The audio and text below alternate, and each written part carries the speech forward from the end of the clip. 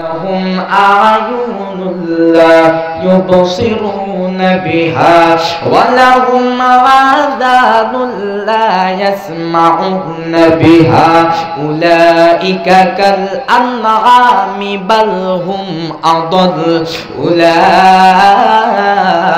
هم الغافلون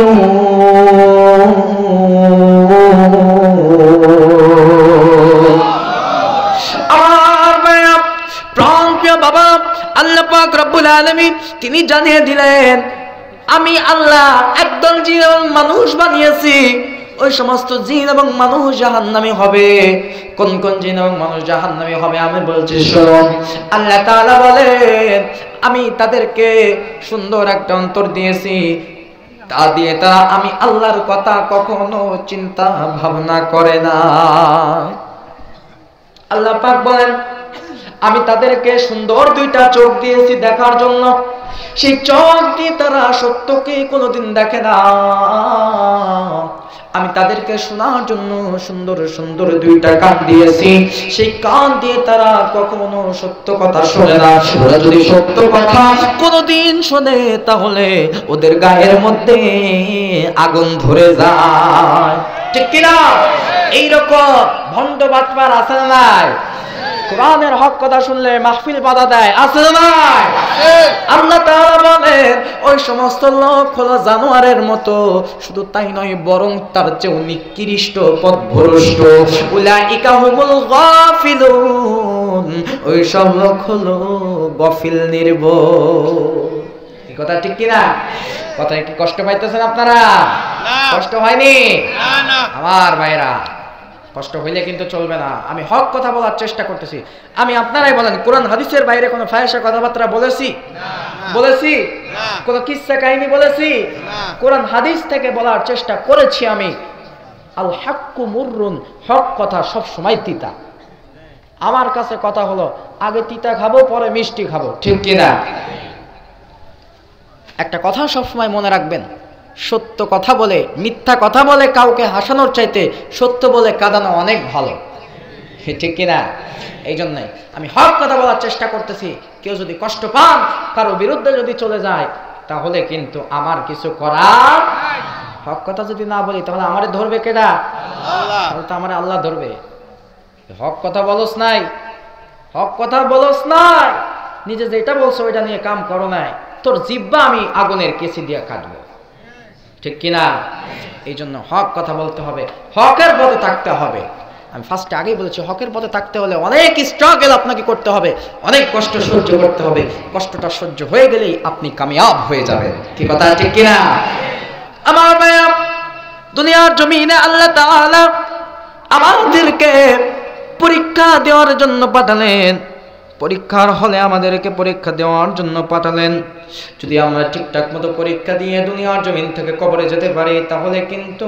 আমাদের কবরটা আলোকিত হয়ে যাবে আমার ভাইয়া সদা সর্বদা আমাদের সকলকে চারটি কাজ করতে হবে এবং চারটি কাজ থেকে বিরত থাকতে হবে এক নম্বরে মিথ্যা কথা বলা থেকে দূরে থাকতে হবে দুই নম্বরে গীবত করা থেকে আমাদের সকলকে দূরে থাকতে হবে আমাদের সমাজে গীবত আছে না নাই তিন নম্বরে চুগলখুরি করা থেকে আমাদের সকলকে দূরে থাকতে হবে চুগলখুররা কিন্তু কোনোদিন বেহেশতে প্রবেশ করবে না প্রবেশ করবে নাকি কথা বলেন প্রবেশ করবে চগলখুর কোনদিন বেহেশতে প্রবেশ করতে পারবে না আমাদের সমাজে চগলখুর আছে না নাই গীবতকারী আছে না নাই গীবত বেশি কোথায় হয় বলেন তো দোকানে চায়ের দোকানে চা বলবে কড়া করে এক কাপ লাল চা দাও লাল চা এক কাপ নিয়ে পায়ের উপর পা তুলে বসে চুমুক একটা দেবে হাতে থাকবে বিড়ি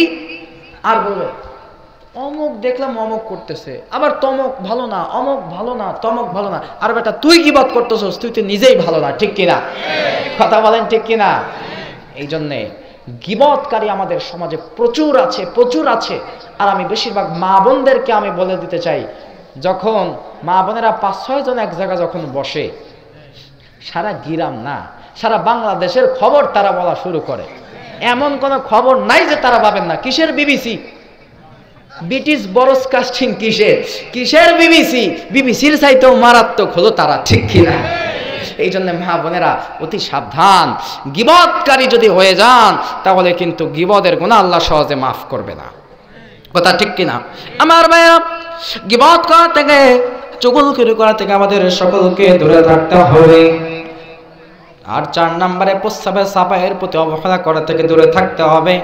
মানে ঢিলা কুলুপ ব্যবহার কিন্তু করতে হবে। ঢিলা কুলুপ যদি ব্যবহার না করেন তাহলে কিন্তু কবরে ভীষণ আযাব হতে থাকবে। আমার ভাইয়া, আল্লাহ রাসূল সাল্লাল্লাহু আলাইহি ওয়াসাল্লাম একদিন হেঁটে যাচ্ছিলেন, দুইটা কবরের পাশ দিয়ে হেঁটে যাচ্ছিলেন। তখন আল্লাহ রাসূল দেখতে পেলেন একটা কবরের মধ্যে ভীষণ আযাব হইতেছে, সাপ বিচ্ছু তাকে কামড়াচ্ছে, আর আরেকটা কবরকে আল্লাহ তাআলা জান্নাতের ফুলের বাগান দিয়ে সাজিয়েছেন, জান্নাত বানিয়েছেন। তখন আল্লাহ রাসূল সঙ্গে সঙ্গে দাঁড়িয়ে গেলেন, দাঁড়িয়ে গিয়ে বললেন, সাহাবীরা রে, আমি এখন দেখতে পাচ্ছি এইখানে যে দুইটা কবর আছে, একটার মধ্যে ভীষণ আযাব হচ্ছে, আর একটার মধ্যে অনেক শান্তি হচ্ছে, একটাই শাস্তি আর একটাই শান্তি। তখন সাহাবা کرام বলেন, ইয়া রাসূলুল্লাহ, ইয়া হাবিবাল্লাহ, কেন এরকম হচ্ছে?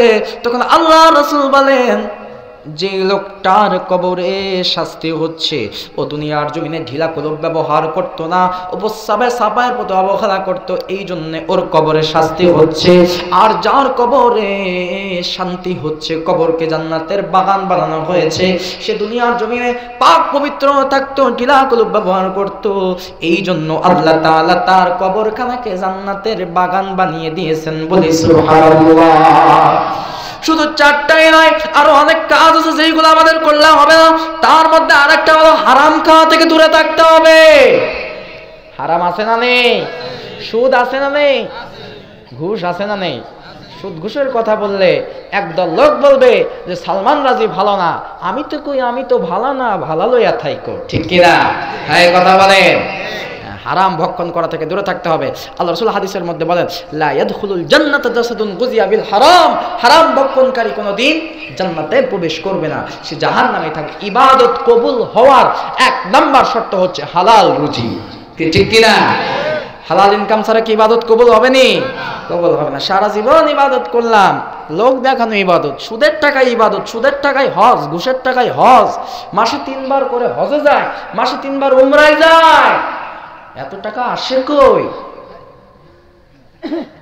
আমার ভাইরা, এই যে সামনে আসতেছে রমজান মাস, আমার দেশের কত হাজি রমজান মাস আসলে মক্কায় যায় আল্লাহ পাওয়ার জন্য, মক্কায় যায়, মদিনায় যায়, মক্কায় গিয়া কোরআন খতম করে, মদিনায় গিয়ে কোরআন খতম করে। অথচ যে তার বাড়ির পাশে দরিদ্র অসহায় ভালো ইফতারি করতে পারে না, ভালো জামা করতে পারে না, তাদেরকে রেখে যারা অসহায় পরিবার, যাদের বাড়ির পাশে অসহায় পরিবার আছে, তাদেরকে রেখে তারাই যত মক্কায় যাক না কেন, মদিনায় যাক না কেন, ওই হজ কিন্তু আমার আল্লাহর দরবারে কবুল হবে না, ঠিক কি না?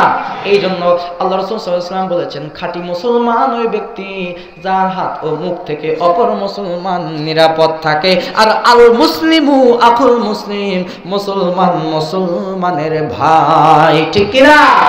তোমার এক ভাই বাড়ির পাশে ভালো ইফতার করতে পারে না, ভালো সেহরি করতে পারে না, ভালো জামা পরতে পারে না, তুমি তাকে না দেখে মক্কায় যাইতেছো, আল্লাহ বলে আসো মক্কায়, তোমার হজ আমি কবুল করতেছি, তোমার জন্য জান্নাত খুলে ধরে রাখছি, আসো তাড়াতাড়ি, নাকি? অসহায় পরিবারকে, বাড়ির পাশের পরিবারকে আগে দেখতে হবে। এটা হক কার? এটা কথা কার? আল্লাহ। আল্লাহ বলেছেন বাড়ির পাশে অসহায়, তোমার একটা চাচাতো ভাই রয়েছে কিংবা একটা চাচাতো বোন রয়েছে, টাকার অভাবে বিয়া হয় না, টাকা দিয়ে বিয়া দিয়ে দাও। তোমার চাচাতো ভাই মেধাবী স্টুডেন্ট, টাকার অভাবে পড়তে পারে না, তোমার কোটি কোটি টাকা, তোমার চাচাতো ভাই পড়তে পারে না, টাকার অভাবে, তুমি তাকে টাকা দিয়ে সাহায্য করো, তাহলে খুশি হয়ে যাবে কে? কথা বলেন, খুশি হবে কে? আমার ভাইয়া, সামনে আসতেছে রমজান মাস, খালি তো ঈমান নিয়েই কথা বললাম, নামাজ নিয়ে কিছু কথা শোনার দরকার আছে না নেই? আমি ওদিকে বেশি যাব না, আমার মা বোন অনেক আছে পর্দার আড়ালে, আমি মা বোনদের উদ্দেশ্যে কথা বলার জন্য বলা হয়েছে, কারণ মা বোনদের উদ্দেশ্যে বলতে হবে। কারণ ওরাই তো দেশের সরকার, ওদের ব্যাপারে বেশি কথা বলা দরকার। কথা বলেন ঠিক কিনা? এই জন্য আমার ভাইরা, কিন্তু তার আগে আমি বলে দিতে চাই, আল্লাহ পাক বলেন নামাজ পড়ার কথা ইমানের পরে কি কথা বলেন? ইমানের পরে হলো নামাজ।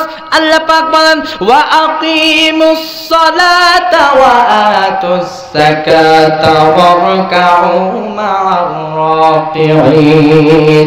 আল্লাহ পাক রব্বুল আলামিন তিনি জানিয়ে দিলেন নামাজ কায়েম করো, যাকাত প্রদান করো এবং রুকুকারীদের সঙ্গে রুকু করো।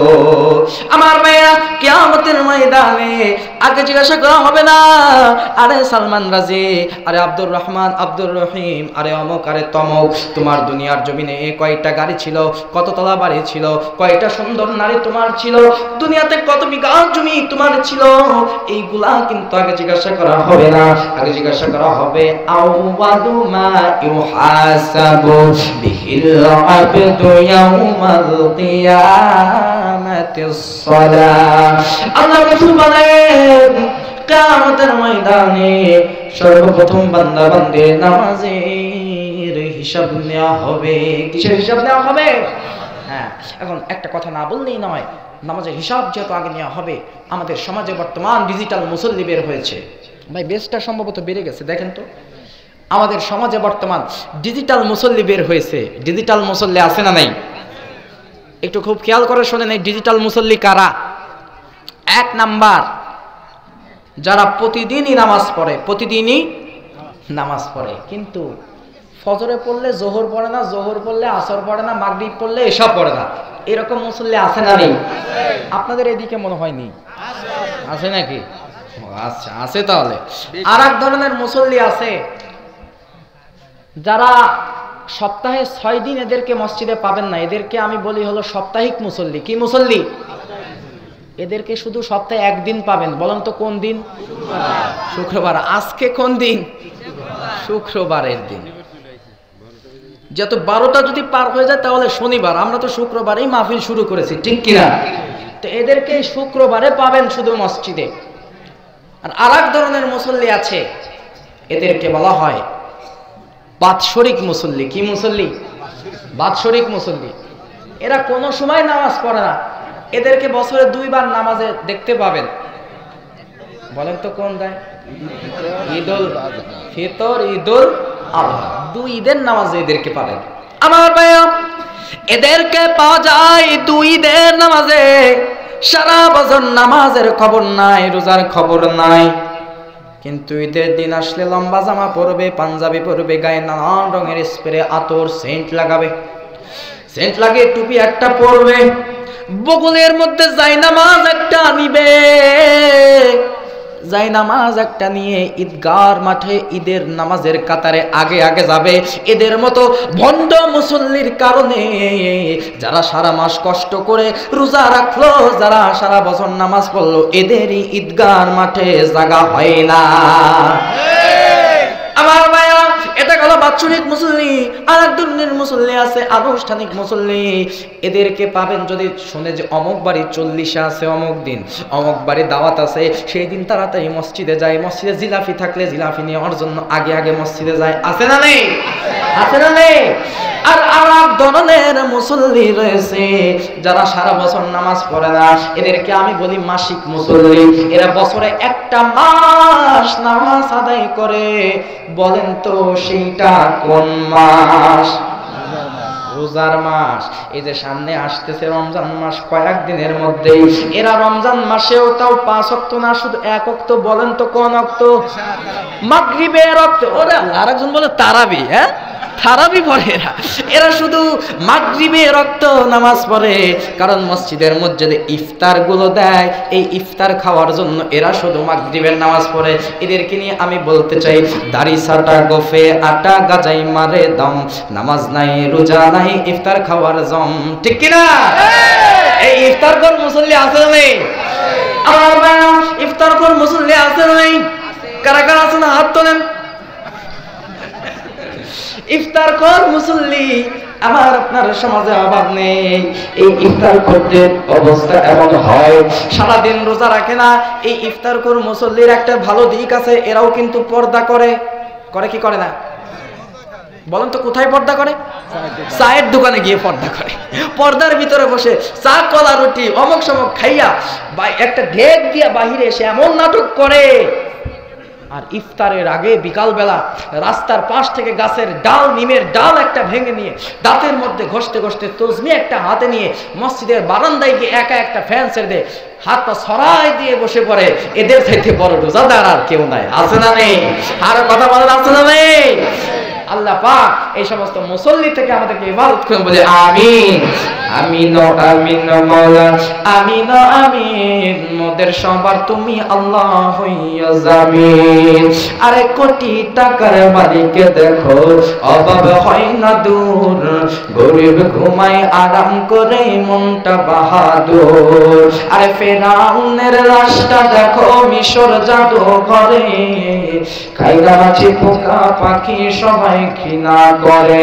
আরে হৃদয় তাকিবে জাগার, নম্রতা সদা, রহমত আসিবে সেথায় আল্লাহর ওয়াদা।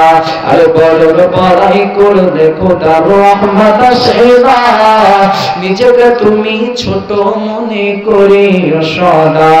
আরে উঁচু জমিন থেকে পানি নিচু জমিনে বয়, তেমনি খোদার রহমত আসে নম্রতার হৃদয়। আরে ভোগ বিলাসের বাড়ি গাড়ি পরে রবে সব, থাকতে সময় স্মরণ করো আল্লাহ আমার রব। সবাই থাকতে সময় স্মরণ করো আল্লাহ আমার রব। আমার আপনার রব কে? আরে টাকা গোল পয়সা গোল গোলালো গোল, ওহার চেয়ে বেশি গোল মনের গন্ডগোল।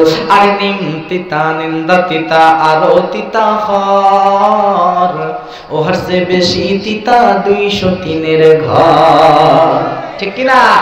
আরে কাক কালো কোকিল কালো, কালো মাথার কেশ, ওহার চেয়ে বেশি কালো মনের হিংসা লেশ।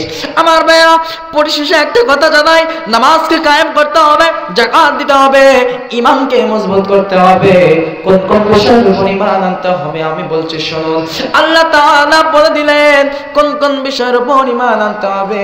ঈমানে মুফাসসালের মধ্যে বলা হয়েছে, আমানতু বিল্লাহি ওয়া মালাইকাতিহি ওয়া কুতুবিহি ওয়া রুসুলিহি ওয়াল ইয়াউমিল আখিরি ওয়াল কদরি খাইরিহি ওয়া শাররিহি মিনাল্লাহি তাআলা ওয়াল বা'থি বা'দাল মাউত। আমার ভাই আল্লাহ পাক বলেন, আমানতু বিল্লাহ, আমি আল্লাহর উপর ঈমান আনতে হবে। ওয়া মালাইকাতিহি, ফেরেশতাগণের উপর ঈমান আনতে হবে। ওয়া মালাইকাতিহি ওয়া কুতুবিহি, কিতাব সমূহের উপর ঈমান আনতে হবে। ওয়া রাসূলিহি, নবী রাসূলদের উপর ঈমান আনতে হবে। ওয়া রাসূলিহি ওয়া রাসূলিহি ওয়াল ইয়াউমিল আখিরি, কিয়ামত দিবসের উপর ঈমান আনতে হবে। ওয়াল কদরি খাইরিহি ওয়া শাররিহি মিনাল্লাহি তাআলা ওয়াল বা'থি বা'দাল মাউত। আমানতু বিল্লাহি, আল্লাহর উপর ঈমান আনতে হবে। ওয়া মালাইকাতিহি, ফেরেশতাগণের উপর ঈমান আনতে হবে। হবে কি হবে না? ফেরেশতাগণের উপর ঈমান আনার কথা বলেছেন কে? আমার ভাইরা, ফেরেশতাগণের উপর ঈমান আনতে হবে, কিতাব সমূহের উপর ঈমান আনতে হবে, নবী রাসূলদের উপর ঈমান আনতে হবে, কিয়ামত দিবসের উপর ঈমান আনতে হবে। ওয়াল কদরি খাইরি, ভালো মন্দ তাকদীরের উপর ঈমান আনতে হবে। কেননা যা কিছু হয় আল্লাহর তরফ থেকেই হয়। ওয়াল বা'সি বা'দাল মাউত, মরণের পর যে পুনরায় আমাদেরকে জীবিত করা হবে, এই বিষয়ের উপর ঈমান আনতে হবে। আর এই বিষয়টা আল্লাহ পাক কোরআনে বলেছেন, এই আয়াতটা আমরা সকলেই জানি। দাফন করার সময় তো আমরা পড়ি, মিনহা খলাকনাকুম ওয়া ফিহা নুঈদুকুম ওয়া মিনহা নুখরিজুকুম তাওয়াতান উখরা। আল্লাহ পাক বলেন তোমাদেরকে মাটি থেকে তৈরি করেছি, পুনরায় মাটি থেকে জীবিত করব। তোমাদেরকে মাটির মধ্যে যেতে হবে, পুনরায় এই মাটি থেকেই তোমাদেরকে জীবিত করব। কে বিষয়ের উপর ঈমান আনতে হবে নি? আল্লাহ পাক ঈমানকে মজবুত করার তৌফিক দিন, বলে আমিন। আমার ভাইরা, আপনাদের উদ্দেশ্যে আল্লাহ পাক অল্প কিছু সময় যা বলেন, এখন মা বোনদের উদ্দেশ্যে অল্প কিছু সময় 2-4-5 মিনিট কিছু কথা বলে দোয়ার দিকে চলে যাবো ইনশাআল্লাহ। আমার আব্বু দোয়া পরিচালনা করবে।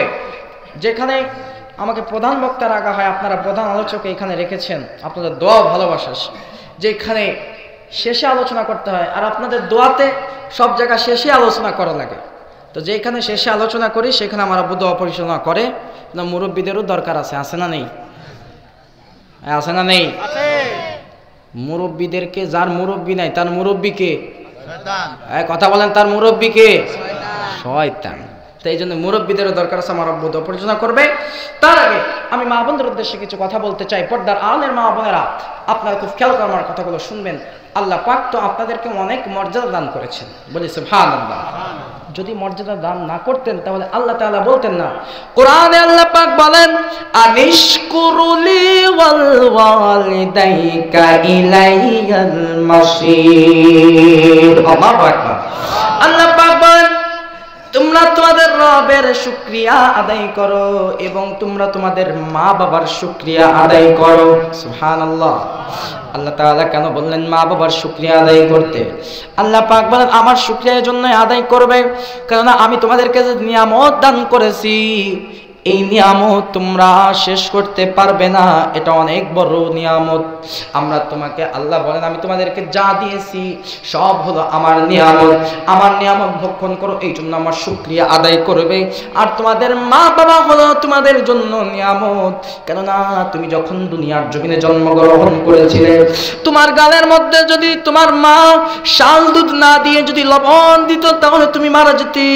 শাল দুধ দিয়েছে বিদায় আমি আল্লাহ তোমাকে বাঁচিয়ে রেখেছি। এই জন্য মা বাবা অনেক বড় নিয়ামত, এই জন্য মা বাবার শুকরিয়া আদায় করবে। আল্লাহ রাসূল সাল্লাল্লাহু আলাইহি ওয়াসাল্লাম হাদিসের মধ্যে বলেন, আল জান্নাতু তাহতা আকদামিল উম্মাহাত। তোমাদের প্রত্যেকের আম্মা জানের কদমের নিচে তোমাদের প্রত্যেকের বেহেশত। একটু আওয়াজ করে বলা যাবে নি সুবহানাল্লাহ। আমার ভাইয়া, কেন নারীদের মর্যাদা এত বেশি? ইসলামে সর্বপ্রথম বুকের তাজা রক্ত দিয়ে শহীদ হলেন কোন পুরুষ নয়, সর্বপ্রথম শহীদ হলেন একজন নারী। কথা ঠিক কিনা? আবু জেহেলের দাসী হযরতে মা সুমাইয়া রাদিয়াল্লাহু তাআলা আনহা। কেন তিনি শহীদ হইলেন? সর্বপ্রথম মা সুমাইয়ার অপরাধটা কি ছিল? মা সুমাইয়ার অপরাধ ছিল তিনি লা ইলাহা ইল্লাল্লাহ মুহাম্মাদুর রাসূলুল্লাহ সাল্লাল্লাহু আলাইহি ওয়াসাল্লাম এটা পড়তেন। এটা তিনি কেন পড়তেন? এইটা পড়ার জন্য, কালেমা পড়ার জন্য আবু জেহেল সকাল থেকে বিকাল পর্যন্ত মা সুমাইয়াকে মারধর করেছে। মারধর করে হাত পা ভেঙে দিল। শেষ বিকালে আবু জেহেল মা সুমাইয়ার বুকের মধ্যে বল্লম ধরে বললেন, সুমাইয়া রে, লা ইলাহা ইল্লাল্লাহ এই পর্যন্ত পড়তে পারো, কিন্তু মুহাম্মাদকে ভুলে যাও। মুহাম্মাদুর রাসূলুল্লাহকে ভুলে যাও, কারণ মুহাম্মদ আমার চিরশত্রু। তখন মা সুমাইয়া ভাঙ্গা হাত নিয়ে আঙ্গুল উঁচু করে বলেছিলেন, আমার জীবন যেতে পারে, আমি আমার নবীকে ভুলতে পারবো না। এই কথা বলার সঙ্গে সঙ্গে আবু জেহেল বললাম দিয়ে মা সুমাইয়াকে আঘাত করলেন। ফিনকি দিয়া রক্ত ঝরে গেল এবং ইসলামের সর্বপ্রথম শহীদের খেতাব পেয়ে গেলেন মা সুমাইয়া। সুবহানাল্লাহ। আবার দেখেন, ইসলাম সর্বপ্রথম গ্রহণ করেছেন কোন পুরুষ নয়, ঠিক কিনা? একজন নারী। নাম কি বলেন তো? আমাদের আম্মা জান, আল্লাহ রাসূলের প্রথম স্ত্রী মা খাদিজাতুল কুবরা রাদিয়াল্লাহু তাআলা আনহা। আমরা যে দিন ইসলাম পেয়েছি, এই দিনের পিছনে অনেক বড় অবদান ছিল মা খাদিজার। বলি সুবহানাল্লাহ। আমার ভাইয়া, আবার দেখেন, জান্নাতের মধ্যে সর্বপ্রথম পা দিবেন, সর্বপ্রথম কদম দিবেন কোন পুরুষ নয়, একজন নারী। আল্লাহ রাসূলের কন্যা হযরতে মা ফাতেমাতুজ জোহরা রাদিয়াল্লাহু তাআলা আনহা, আর তিনি হলেন সাইয়্যিদাতুন নিসা আহলিল জান্নাহ। সুবহানাল্লাহ। তিনি জান্নাতি নারীদের সরদারিনী হবেন, বলি সুবহানাল্লাহ। আমার ভাইরা, কিন্তু আচ্ছা, যারা পাগড়ি নেবে তারা আছে স্টেজে? হ্যাঁ, তাদেরকে রেডি করেন, 2-4 মিনিটের মধ্যে পাগড়ি পেয়ে যাবে ইনশাআল্লাহ। আমার ভাইরা, আবার দেখেন নারীদের মর্যাদা এত বেশি, দুনিয়ার জমিনেও বেশি, আখিরাতেও বেশি। কেন এই বাংলাদেশেও নারীদের মর্যাদা বেশি? বাংলাদেশের সরকার পুরুষ না নারী? আরো জোরে কর। স্পিকার নারী না পুরুষ? চিফ হিট অফিসার কথা বলেন নারী। আবার এখন তো নতুন বিরোধী দল হয়েছে, আগের যে বিরোধী দল ছিল, বিরোধী দলের নেত্রী নারী না পুরুষ? কথা বলেন নারী। নৌকায় আর ধানের শীষ, 2 সাপের একই বিষ। তো আমার ভাইরা, তো আগেকার বিরোধী দলের নেত্রী ছিল নারী, তা বাংলাদেশে অগ্রাধিকার বেশি নারীদের, বাংলাদেশেও নারীদের মর্যাদা বেশি, আল্লাহর কাছেও নারীদের মর্যাদা বেশি। কিন্তু আমার মা বোনেরা, আজকাল এই সমাজে মা বোনেরা যেভাবে পর্দাভাবে চলাফেরা করতেছে, নিজেদের মর্যাদা নিজেরাই কমিয়ে ফেলতেছে, কথা ঠিক কিনা? আমার মা বোনেরা, আগেকার আমার ভাইয়েরা, আগেকার মা বোনেরা বোরকা পরতো, এত ঢোলা বোরকা ছিল, এক বোরকার ভিতরে 3 জন ঢুকে গেলেও কোনো সমস্যা হইতো না। আর এখন যে কত পদের বোরকা বাজারে এসেছে, হিমার বোরখা, সেরি বোরখা, অমক বোরখা, লেহেঙ্গা বোরখা, আরো কত পদের যে বোরখা এসেছে, গাউন বোরখা। বোরখার অভাব নেই, বোরখার অভাব নেই, স্টাইলের অভাব নেই, শয়তানিরও শেষ নেই, ঠিক কিনা? এই জন্য নারীদেরকে বলতে চাই, আমার মা বোনেরা, আপনারা সব সময় পর্দার সাথে চলাফেরা করবেন, ঢিলা ঢালা পোশাক পরবেন। ঢিলা ঢালা পোশাক পরলে নিজের কাছে খারাপ লাগলেও ভালো লাগবে কার কাছে? খুশি হয়ে যাবেন কে? আর আমি নারীদেরকে বলতে চাই, আমার মা বোনেরা, কিছু আমল আছে, আমলগুলো করবেন। 1 নাম্বার আমল হলো, আপনার স্বামী যখন আপনাকে ভালোবেসে কিছু একটা জিনিস কিনে এনে উপহার দিবে, কখনো তাকে জিজ্ঞাসা করবেন না যে এটা কত দাম, এটা কত দাম, কখনো জিজ্ঞাসা করবেন না। অনেকে আছে না, আছে না এরকম, জিগায় না? যদি শোনে দাম কম, তাহলে বলে কি শাড়ি দিয়েছো, আমি বাপের বাড়ি থাকতে এর থেকে ভালো ভালো জিনিস পরেছি, তোমার শাড়ি দরকার নাই। এই কথা বললে কিন্তু আমার ওই পুরুষ ভাই কষ্ট পেয়ে যায়। পুরুষ যদি কষ্ট পায়, স্বামী যদি কষ্ট পায়, বেজার হয় তিনি কে? এই জন্য পুরুষ যেটা এনে দেবে, খুশি হয়ে এনে দেখ, সেটার দাম 2 টাকা হোক, সেটা নিতে হবে, ঠিক কিনা? কথা বলেন, নিতে হবে। নেওয়ার কথা কে বলেছেন? আল্লাহ বলেছেন। আমার ভাইয়া, আমি আমার মা বোনদেরকে আরো বলতে চাই, আর একটা ইবাদত, আপনি আপনার স্বামীকে খুশি করার জন্য মাঝে মাঝে হাসি দিবেন। যদি আপনার ওই স্বামী আপনার হাসি দেখে খুশি হয়ে যায়, আপনি হাসির সময় যে কয়টা দাঁত বের করবেন, ওই কয়টা নফল হজের সওয়াব আমার আল্লাহ আমলনামায় লিখে দিবে। এই আমলগুলো শিখাবেন ঘরের মা বোনদেরকে। বেশ, যাদের ঘরে ওয়াইফ আছে, আপনারাই তো তাদের বড় শিক্ষক, ঠিক কিনা? আমলগুলো শেখানোর দরকার আছে না নাই? হ্যাঁ। তা আবার এই যে দাঁত বের করে হাসি দেয়, হাসি দিলে ওই দাঁতগুলো দেখে যদি স্বামীর মন খুশি হয়ে যায়, তাহলে খুশি হয় কে? আল্লাহ। এই জন্য মা বোনেরা, স্বামীকে খুশি করার জন্য বেশি করে সাজবেন। রাস্তাঘাটে বের হওয়ার জন্য সাজগোজ নয়, ঠিক কিনা? স্বামীকে দেখানোর জন্য বেশি বেশি করে সাজবেন, বেশি বেশি করে সাজবেন। দেখলে স্বামী, দেখলে স্বামীর মন ভালো থাকবে, খুশি হবেন কে? আল্লাহ। এই জন্য আমার মা বোনেরা, আপনাদের মর্যাদা কিন্তু বেশি, নিজেদের মর্যাদা নিজেদেরকে ধরে রাখতে হবে, পর্দার সহিত চলাফেরা করতে হবে। আগেকার মা বোনেরা সময় পাইলেই কাঁথা সেলাই করতো, সময় পাইলেই ভালো কথা আলোচনা করতো, ছেলে সন্তানকে কাছে ডেকে বসাতো। আর এখনকার মা বোনেরা সময় পাইলেই স্টার জলসা, জি বাংলা, অ্যালার্ট ইন্ডিয়া, কথা ঠিক কিনা? আরো জোরে বলেন, কথা ঠিক কিনা? আরে স্টার জলসা আর জি বাংলা নষ্ট করলো আমার সোনার বাংলা, কথা ঠিক কিনা? আমার ভাইরা, আমার বাবাজিরা, যাদের ঘরে টিভি আছে, আজকে বাসায় গিয়ে সমস্ত টিভি বন্ধ করে দেন। যদি টিভি বন্ধ করতে না পারেন, চ্যানেলগুলো বন্ধ করে দেন, শুধু খবরগুলো দেখবেন, খবরের চ্যানেলগুলো রাখবেন। স্টার জলসা দেখা যাবে নাকি? কথা বলেন, যাবে? স্টার জলসা কিন্তু দেখা যাবে না, এইগুলা কিন্তু নারীদেরকে দেখাবেন না। ওইগুলা দেখলে ইমানের ঘাটতি হয়ে যায়, ইমান দুর্বল হয়ে যায়। আর আমি আগেও বলেছি, এখনো বলছি, ইমান যদি দুর্বল হয়ে যায়, বেঈমান হয়ে মরার সম্ভাবনা আছে না নাই? আমার ভাইয়া, তাই তো আল্লাহ রাসূল মেয়েদেরকে খুব ভালোবাসতেন।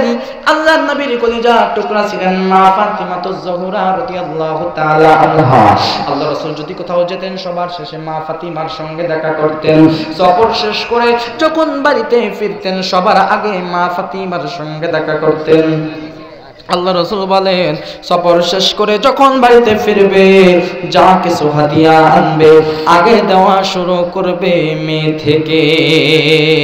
আগে কি থেকে দেওয়া শুরু করবে?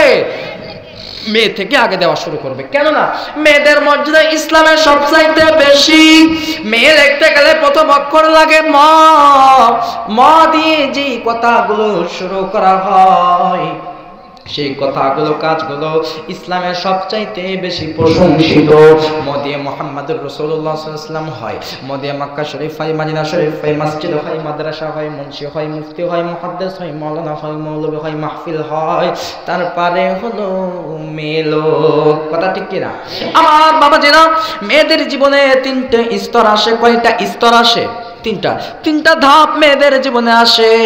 1 নম্বরে কন্যা, 2 নম্বরে বধূ, 3 নম্বরে হলো মা। আমার আম্মা জানাকে কন্যা ছিলেন, তারপরে বধূ হয়েছেন, তারপরে আমাকে গর্ভে ধারণ করে মায়ের মর্যাদা পেয়েছেন। তেমনি আপনাদের আম্মা জানো আগে কন্যা ছিলেন, কথা ঠিক কিনা? তারপরে বধূ হয়েছেন, তারপরে আপনাদেরকে গর্ভে ধারণ করে মায়ের মর্যাদা পেয়েছেন। এখন কন্যা বধূ মা হিসাবে ইসলাম কি মর্যাদা দিল, ইসলাম কি সম্মান দিল, সেই কথাটা শুনুন। আল্লাহ রাসূল হাদিসের মধ্যে বলেন, যদি কোনো ব্যক্তির 3টা কন্যা সন্তান হয়, কয়টা? কথা বলেন, কয়টা? 3টা কন্যা সন্তান হয়। আর ওই 3টা কন্যা সন্তানকে যদি আদব শিক্ষা দেওয়া হয়, ইসলামের শিক্ষায় শিক্ষিত করা হয়, তাহলে আল্লাহ রাসূল বলেন ওই 3 কন্যার পিতা এবং মাতা আর আমি মুহাম্মদুর রাসূলুল্লাহ সাল্লাল্লাহু আলাইহি ওয়াসাল্লাম বেহেশতের মধ্যে পাশাপাশি অবস্থান করব। তাই তো আমার মা বোনেরা, সকলে পর্দার লগে চলাফেরা করবেন, স্বামীর হুকুম মেনে চলবেন, মা বাবার খেদমত করবেন, শ্বশুর শাশুড়ির খেদমত করবেন, 5 ওয়াক্ত নামাজ পড়বেন, কোরআন পড়বেন, হাদিস পড়বেন, মাসলা মাসাইল পড়বেন, মা খাদিজার জীবনী পড়বেন, মা ফাতেমার জীবনী পড়বেন, মা আয়েশার জীবনী পড়বেন, সেই অনুযায়ী ঘর সংসার করবেন, জীবন যাপন করবেন।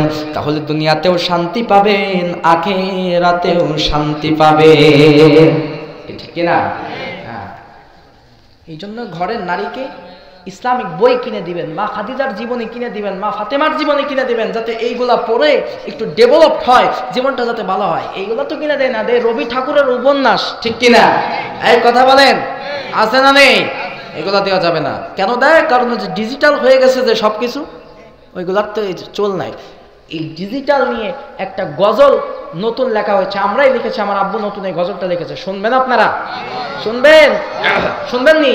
এই ডিজিটাল নিয়ে, আরে ডিজিটালে ভুইরা গেছে আমগো বাংলাদেশ, স্মার্টে কাইরা নিছে শান্ত পরিবেশ। ঠিক না? আরে ডিজিটালে ভুইরা গেছে আমগো বাংলাদেশ, স্মার্টে কাইরা নিছে শান্ত পরিবেশ। আরে নতুন আইনে টাল হয়েছে অনেক পরিবার, সুদঘুষি না রাহাজারের রমরমা কারবার। আর হারামিতে বইরা গেছে, হারামিতে বইরা গেছে আমগো বাংলাদেশ, ইসমাতে কাইরা নিছে শান্ত পরিবেশ। হারামিতে ভুইরা গেছে সোনার বাংলাদেশ। আরে নারী পুরুষ যায় নাচে না, নারী পুরুষ যায় নাচে না, পোশাক তাদের সেকা খাইয়া নেশা ধরছে অনেক যুবক। কি ঠিক কিনা? নারী পুরুষ যায় নাচে না, পোশাক তাদের সেকা খাইয়া নেশা ধরছে অনেক যুবক।